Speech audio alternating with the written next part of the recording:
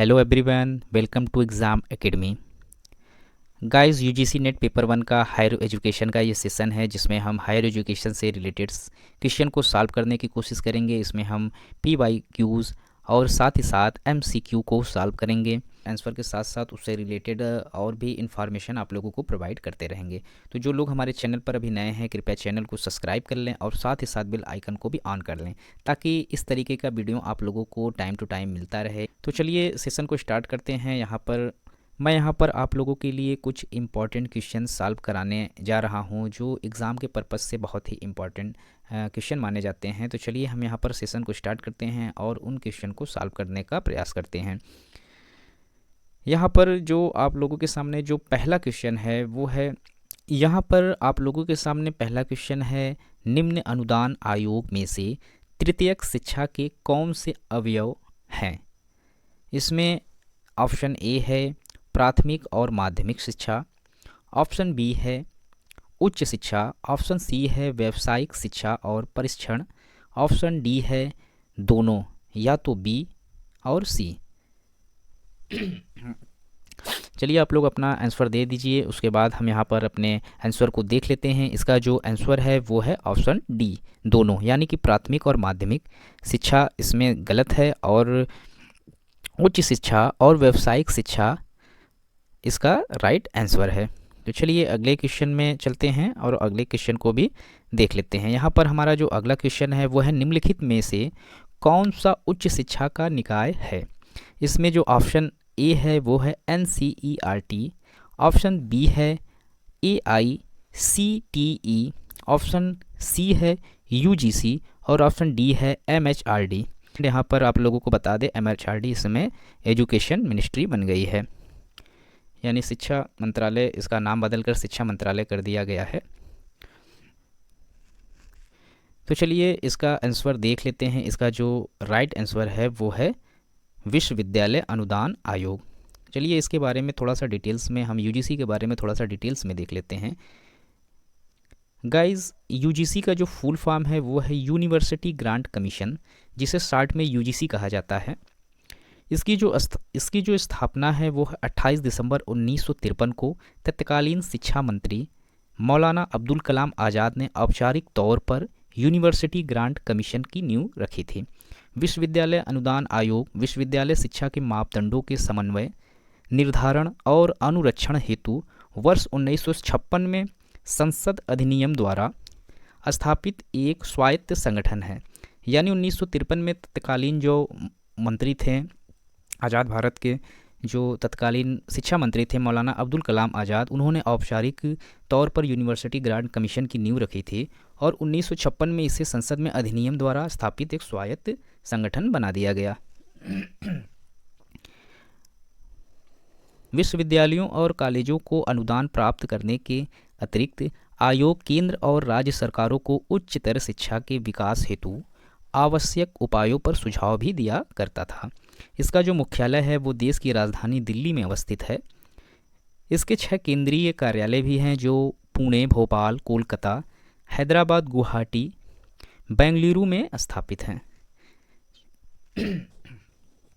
Guys, यहाँ पर हम इनके जो तीनों ऑप्शन, यहाँ पर 4 ऑप्शन दिए गए थे, यहाँ पर हम उसके बारे में भी डिटेल्स में पढ़ सकते हैं। इस क्वेश्चन का जो आंसर है वो सी है, ये आप लोगों को याद रखना है। हम साथ ही साथ इनके जो और भी इनके साथ जो ऑप्शन है हम उसको भी क्लियर कराते हुए चल रहे हैं।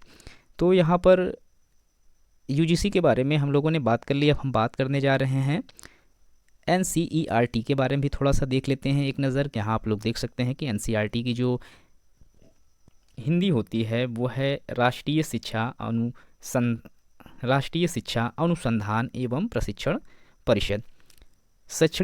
राष्ट्रीय शिक्षा अनुसंधान और प्रशिक्षण परिषद वर्ष 1961 में भारत सरकार द्वारा गठित एक स्वायत्त संगठन है जो कि स्कूली शिक्षा से संबंधित मामलों पर केंद्र सरकार और राज्य सरकारों को सहायता प्राप्त करने तथा उन्हें सुझाव देने का कार्य करती है। यहाँ पर AICTE के बारे में भी हम लोग थोड़ा सा देख लेते हैं कि इसका जो फुल फॉर्म है वो है all India council for technical education, जिसे हिंदी में अखिल भारतीय तकनीकी शिक्षा परिषद कहा जाता है। इसकी स्थापना 1945 में की गई थी। यह एक सलाहकार निकाय के रूप में कार्य करता है। इसका उद्देश्य जो है तकनीकी शिक्षा के लिए उपलब्ध सुविधाओं का सर्वेक्षण करना है और साथ ही साथ समन्वित तथा एकीकृत तरीके से देश में विकास को बढ़ावा देना है। देश में तकनीकी शिक्षा का जो प्रबंध होता है वो इसी के द्वारा किया जाता है। हमारा जो अगला जो ऑप्शन था उसमें था MHRD भी बचा हुआ था। MHRD के बारे में हमने वहाँ पर थोड़ा सा बताया था। आप लोगों को बता दें कि कैबिनेट द्वारा मानव संसाधन विकास मंत्रालय, जिसे ministry of human resource development का नाम दिया गया था, उसका नाम बदलकर शिक्षा मंत्रालय यानी एजुकेशन मिनिस्ट्री करने को मंजूरी दी गई है। NEP यानी नेशनल एजुकेशन पॉलिसी 2020 के तहत MHRD का नाम बदलकर शिक्षा मंत्रालय करने का उद्देश्य शिक्षा और सीखने के पुनः अधिक ध्यान आकर्षित करना है। तो चलिए हम अगला क्वेश्चन अब थोड़ा सा देख लेते हैं। ये तो उस क्वेश्चन के चारों ऑप्शन के बारे में हमने डिटेल्स में बात कर ली। यहाँ पर हम तीसरा क्वेश्चन देख लेते हैं। तीसरा जो क्वेश्चन है वो है, निम्नलिखित में से किस संस्था ने शिक्षा के 4 स्तंभों की अवधारणा दी? इसमें जो ऑप्शन ए है वो है यूनिसेफ, ऑप्शन बी है UGC, ऑप्शन सी है NCET, ऑप्शन डी है यूनेस्को। तो चलिए यहाँ पर हम इसका आंसर देख लेते हैं। इसका जो आंसर है वो है यूनेस्को। 4 स्तंभों की अवधारणा दी है, यानी यूनेस्को ने शिक्षा के 4 स्तंभों की अवधारणा दी है। थोड़ा सा इसके बारे में डिटेल्स में देख लेते हैं। यहाँ पर हम यूनेस्को का पहले फुल फॉर्म देख लेते हैं। इसका जो फुल फॉर्म है वो है United Nations Educational, Scientific and Cultural Organisation कहा जाता है। यूनेस्को यानी संयुक्त राष्ट्र शैक्षणिक, वैज्ञानिक एवं सांस्कृतिक संगठन संयुक्त राष्ट्र का ही एक भाग है। यानी यूनेस्को जो है ये संयुक्त राष्ट्र का एक भाग है। इसका जो मुख्यालय है वो पेरिस में है, जो फ्रांस में पड़ता है। इसका जो गठन हुआ था, इस यूनेस्को का गठन जो है 16 नवंबर 1945 को किया गया था। इसका कार्य है शिक्षा, प्रकृति तथा समाज विज्ञान, संस्कृति और संचार के माध्यम से अंतर्राष्ट्रीय शांति को बढ़ावा देना। यूनेस्को का जो उद्देश्य है वो है शिक्षा एवं संस्कृति के अंतर्राष्ट्रीय सहयोग में शांति एवं सुरक्षा की स्थापना करना, ताकि संयुक्त राष्ट्र के चार्टर में वर्णित न्याय, कानून का राज, मानवाधिकार एवं मौलिक स्वतंत्रता हेतु वैश्विक सहमति बन पाए। इसमें अगला जो क्वेश्चन पूछा गया है वो है, भारत की नीति को इसकी कक्षाओं में साकार रूप दिया जा रहा है। निम्नलिखित में से किस दस्तावेज में इस बात का उल्लेख है? ऑप्शन ए है राष्ट्रीय शिक्षा नीति, ऑप्शन बी है राष्ट्रीय ज्ञान आयोग, ऑप्शन सी है शिक्षा आयोग और ऑप्शन डी है विश्वविद्यालय शिक्षा आयोग। तो चलिए हम यहाँ पर इसके आंसर को भी देख लेते हैं। इसका जो आंसर है वह है शिक्षा आयोग।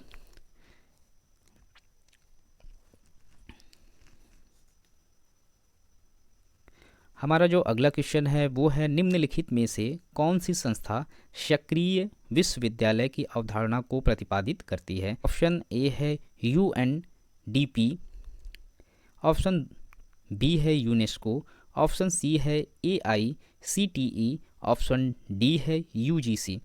तो चलिए हम यहाँ पर इनके आंसर को देख लेते हैं। इनका जो आंसर है वो है यूनेस्को। यूनेस्को के बारे में हमने ऊपर पहले ही इसके बारे में डिटेल्स में बता दिया। आप लोग वहाँ से इसके डिटेल्स को अच्छे से पॉइंट आउट कर लें। और मैं इसमें जितने भी पॉइंट मैं इसमें बता रहा हूँ सारे एग्ज़ाम के पर्पज़ से काफ़ी महत्वपूर्ण हैं, क्योंकि यूनेस्को का जो डिफिनेशन है मैंने इसमें आप लोगों को समझा दिया, और साथ ही साथ मैंने UGC और NCERT से संबंधित भी आप लोगों को जानकारियाँ प्रोवाइड कर दी है।